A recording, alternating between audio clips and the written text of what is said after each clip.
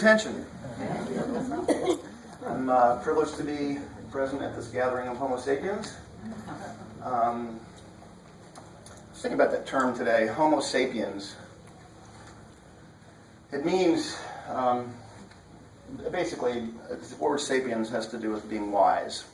If you've heard sapiential, something sapiential has to do with wisdom. So who gave us this name, Homo sapiens, that tells us how wise we are? Oh, we did. Yeah.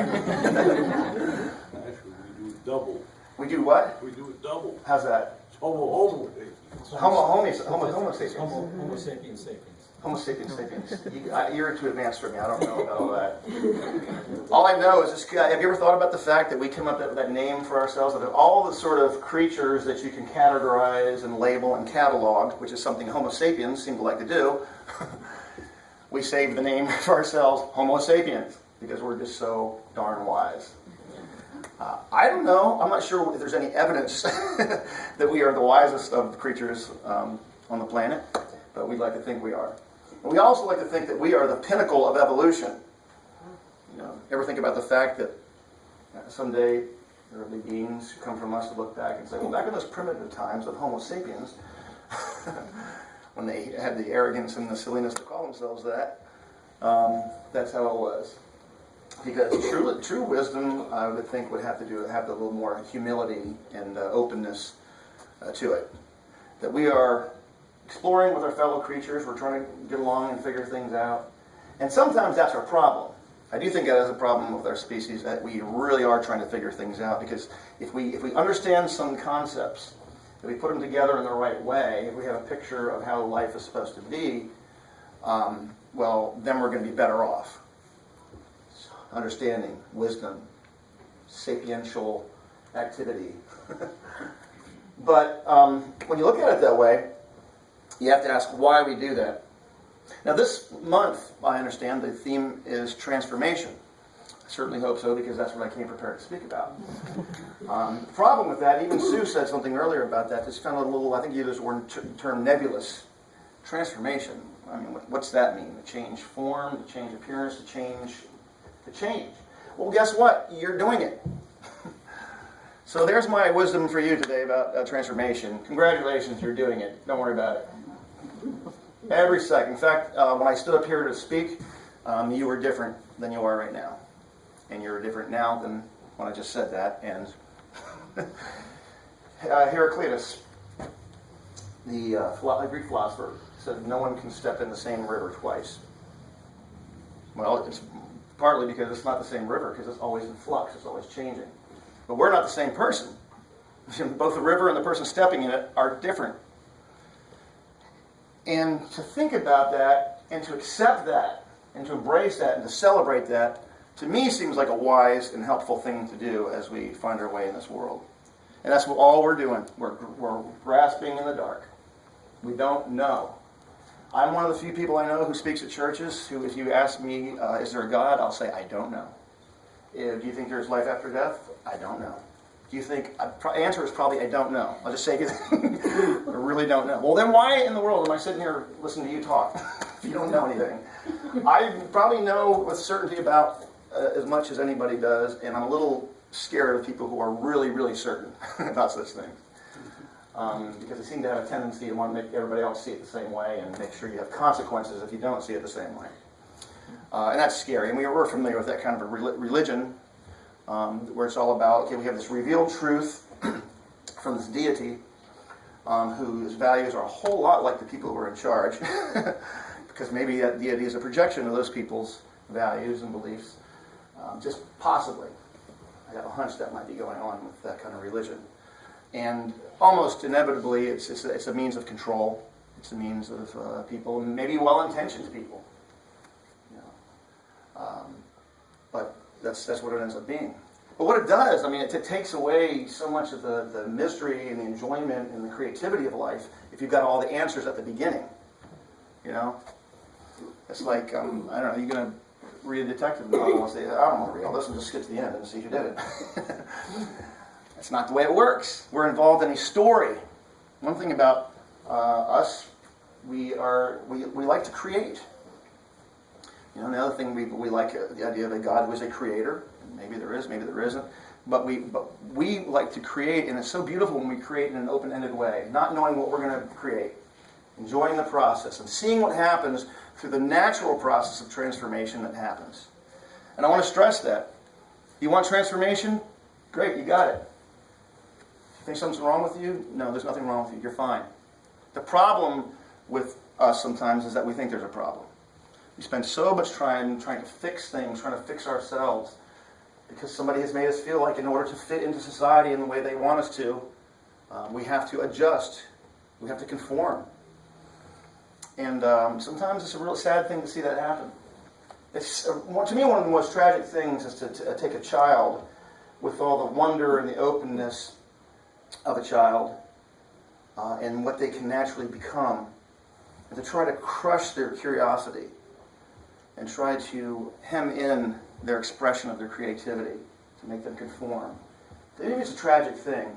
It's almost like if the difference between a wild horse and a broken horse. I mean, broken horses are convenient for us for our uses of them, apparently. But there is something a little bit sad inside to me when you see the wild creature, part of the wildness of our world, taken by somebody else and hemmed in and transformed into something that we are happier with.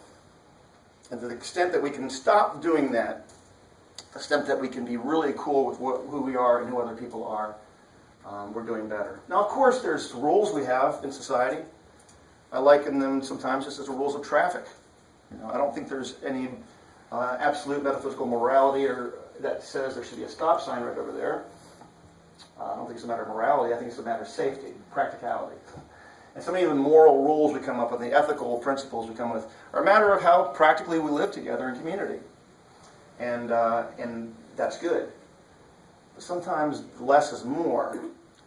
I know, my kids are small, and my feeling was, and it still is, that it's, I didn't like a lot of rules. I like to give as much freedom as possible. And I love the fact that on Sunday we're talking about transformation. Suya chose readings that talk about freedom.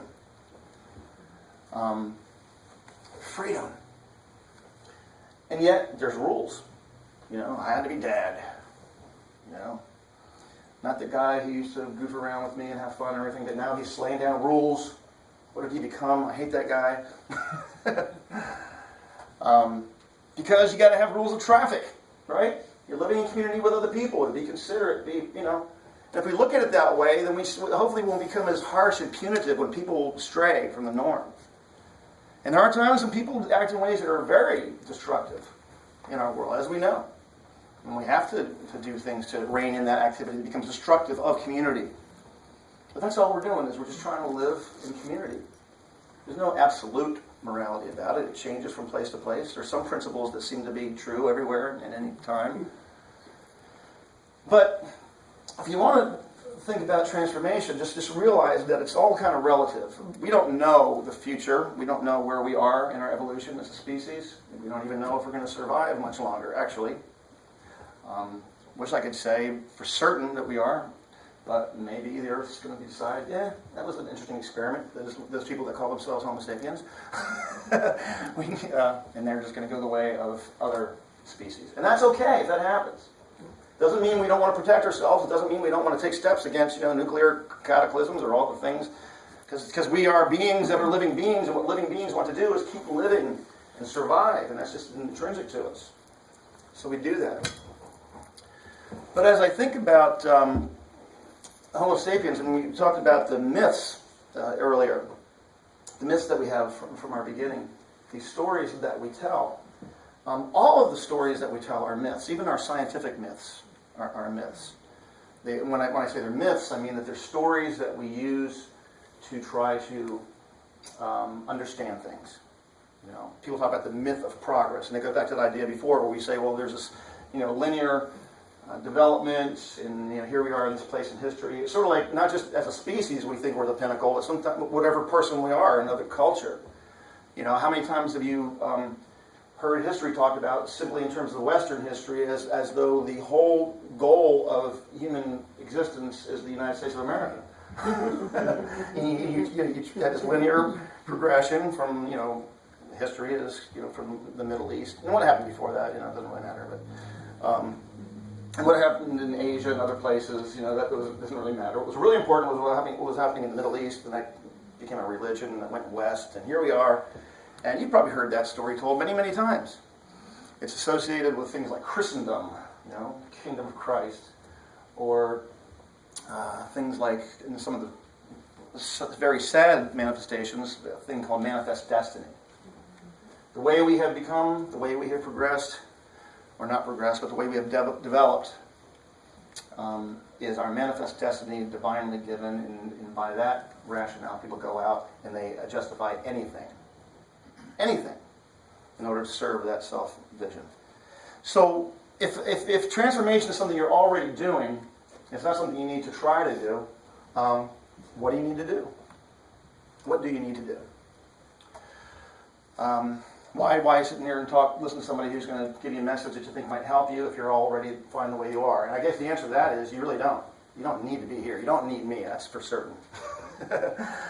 And I think you're a fairly self-aware and intelligent group of people, so that I don't think I need to tell you not to, follow anything I say because I said it. But I enjoy the process of the transformation and seeing what happens. And again, Sue, we always seem to kind of fall in sync with these things without talking to each other ahead of time. You talked about the wanting a life without sorrow, or all the we call the bad stuff in life, the stuff we want to stop experiencing. So therefore, we want to be transformed into something that doesn't experience those. Really? Do you want your story to be a story that doesn't have any problems in it?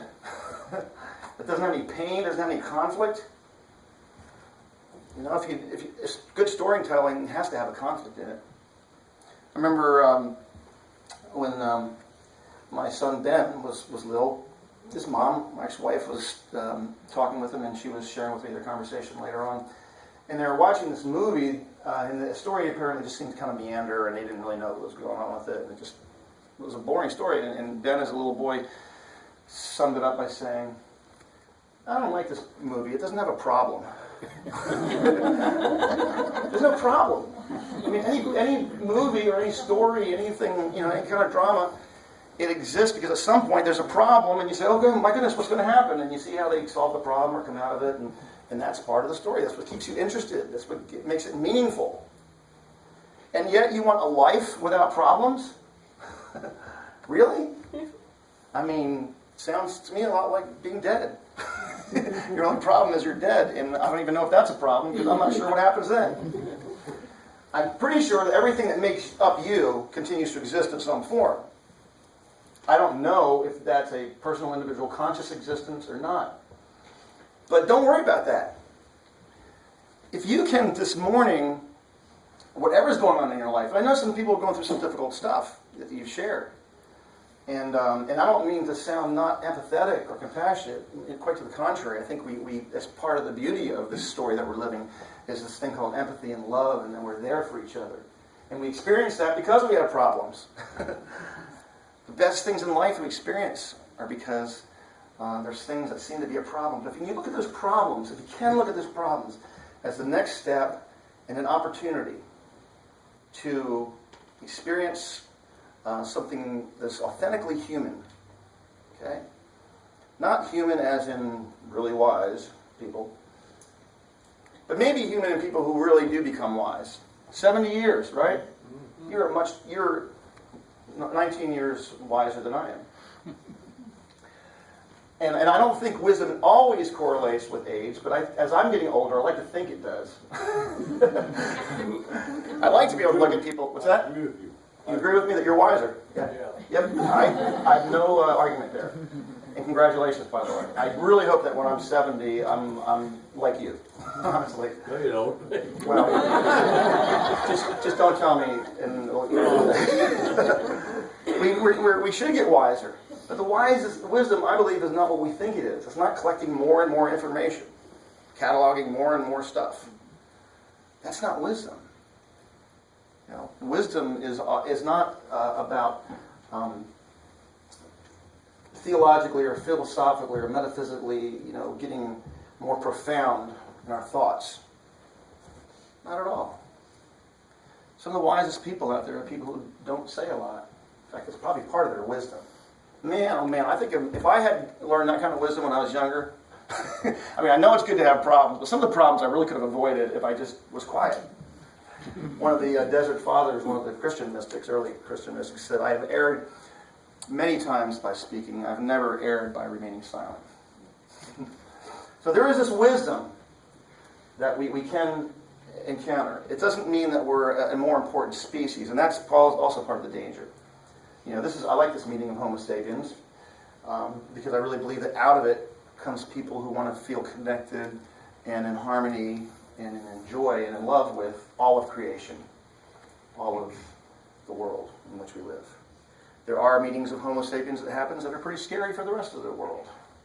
All the time. There are people meeting right now, plotting and devising plans that are to make themselves more powerful and in many times oppressing or neglecting others.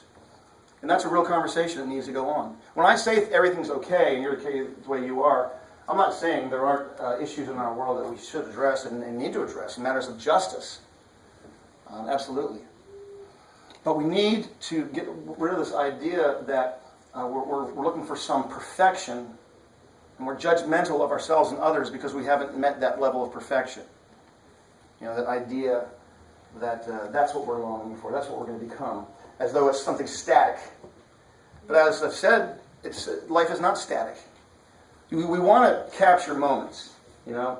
We think we take a video or a picture of something to capture that moment, and it's nice for memories, but it seems like we're resistant because we don't trust the process. We don't trust the flow of our lives. We're scared. And I think that one of the aspects of wisdom we find, hopefully, is become less fearful.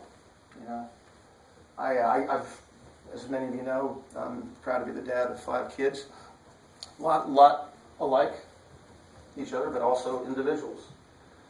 And as I look at them, how I was a father to the oldest, and then how the father to the youngest, I was less fearful in my parenting. I was less worried. I see him doing something and said, oh, I've seen this before, I've gone through this before, he's going to be okay. I'm not going to be a failure as a dad. Oh no, that's not what I really meant to say. What I really say is I care about his well-being.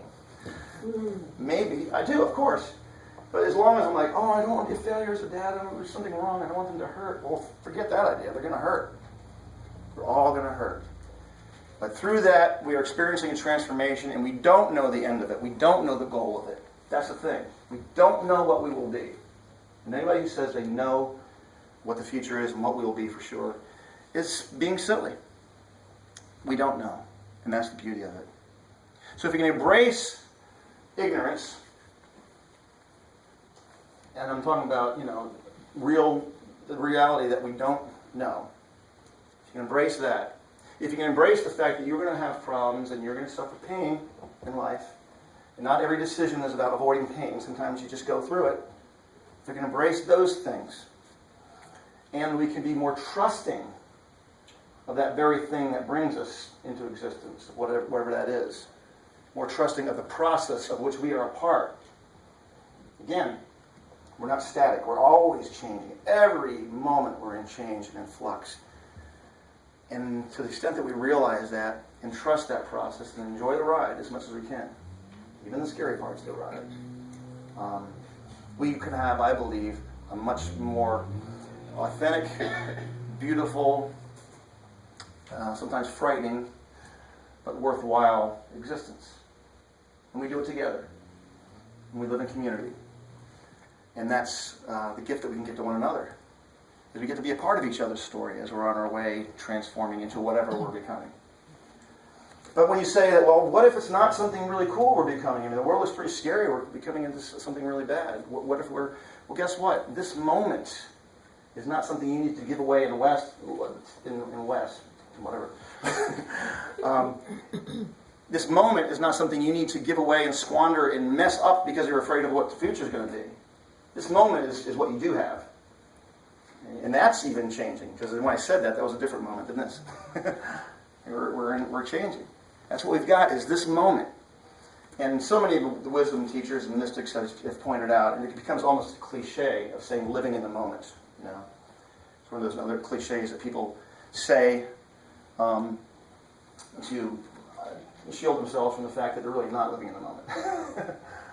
But to the extent we do, there are times we have these things that we sometimes call enlightenment, or revelation, or some sort of a transcendent experience. You may know what I'm talking about. People use language to describe times they have where they're so in the moment and so enthralled with just reality and being alive that nothing needs is perfect. And the next moment, whatever it brings, is perfect. The next moment, whatever it brings, is perfect. You're okay. You're fine. If you got little things you want to work out that you think will make life easier and better, then do that. But don't take that as a judgment of yourself as a being, as a person, a negative judgment. Nobody here should have a negative judgment of themselves. Nobody. And if you start from total acceptance of self, total acceptance of life, total acceptance of being part of this process, then I think you have a less stressful life. I think you'll have a more enjoyable life. And that's what I advocate. Transformation, check. You're doing it already. You are being transformed as we speak. Trust the process. Try to find a way not to... And don't get in this whole thing that you think other people have it more together than you do. Because they don't. People, you know... One time I was going through some really tough time, and somebody said, "Yeah, I always thought you had it really together." I'm like, why? You know? Why? Because I talk a good talk sometimes? Because I talk a good game? No, I'm just, you know, I've got as much confusion and sometimes that fear that seeps in, and, you know, as anybody. And I need to reach out for help. And you do too. And that's another beautiful thing about this process, is that it involves being connected to other human beings. To the extent that you are being an individual, trying to isolate yourself from other people, I believe you're really missing out. You're robbing yourself of the beauty that can come from the connection we have with one another. People who are individualists who say, "I don't need anybody," they're wrong. They didn't bring themselves into existence. They have no control over a lot of the important things that can happen in their life. There's nothing wrong with needing one another and letting that connection with each other be part of the process. So, as we do that, I ask you this morning, rather than being like we talk about the myths, the story of Adam, who's somebody in the Hebrew scripture who says, who goes around naming other creatures. You know, that was fascinating to me. That was one of the things it says was given to this person. You have the right to name all the other creatures, put them in categories. In fact, why don't you just go ahead and put everything in life into a category, and get to the point where if you have a mental category of something, then you really understand it and know it. Get rid of all that stuff. Wipe the slate clean. Every moment that you encounter something, instead of saying, "Oh, I know what that is," it's saying, "I wonder what that is," and discover it anew, instead of thinking you know it because you put it in some category based on superficial criteria. Those are some words that I hope have some wisdom to them. I'll have better stuff to say probably 19 years from now, or maybe I won't. Maybe I'll be smart and not say much. But thanks for listening, and thanks for being a part of this. And I do want to give you the chance to speak and ask questions and have a conversation now.